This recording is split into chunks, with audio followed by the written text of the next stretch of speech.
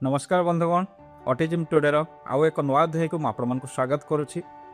बहुत पेरेंट्स मन रे ये द्वंद्व रोचे जे ये वन्स डिले है आज ऑटिज्म है कौन ये कंडीशन ठीक हो पार जदि ठीक हो पार ताले कौन कौन फैक्टर उपर ये डिपेंड करुच्ची पिलार डेवलपमेंट। हाँ आज्ञा आज आसतु से विषय जाना।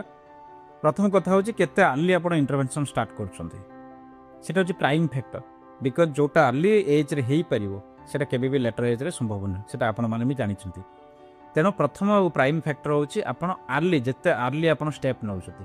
द्वितीय जिंस होची आपण स्टेप बा इंटरवेंशन प्लान पिला पई जरूरी जो आवश्यकता सेही अनुसार हेछि ना किछि डिफरेंट हेछि। जेमति मो बारंबार कहि आछि अगरो पिलार सेंसरी मिस इंटीग्रेशन पई जदि स्पीच आसी नथिबो एवं आपण माने स्पीच थेरेपी पछर दौड़िथिबे ताले निश्चित भाव पिला को जो डिले कंडीशन से आहरी कॉम्प्लिकेटेड हे चलिबो।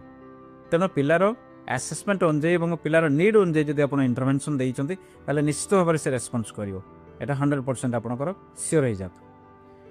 थर्ड जिनस और मोस्ट इंपोर्टेंट जिनस होची आपनकर family environment and parental support. खाली थेरापी देदेले हेनी कारण थेरापी परसेंटेज पिलार डेवलपमेंट आम जहाँ देखुचु 30 to 40%। आपण मैंने जदि टाइम न देबे आपण मैंने जदि ताको सही अनुजाई थेरापेटिक एप्रोचेस को कॉम्प्लीमेंट न करेंगे पिलार डेवलपमेंट पाथरे ताले केबे भी आपण सफल पाइबेनी। फोर्थ जिनस हूँ जो फैक्टर पाई पिला डिले होती जो फैक्टर एनालिसिस बहुत जरूरी जोटा इनिशियल स्टेज आप करवा निहाती दरकार। जदि जो फैक्टर पाई पिलार डिले होची से फैक्टर जदि पिला सहित जड़ित हो रही आपको कॉमन एग्जांपल गोटे दवा को चाहिए।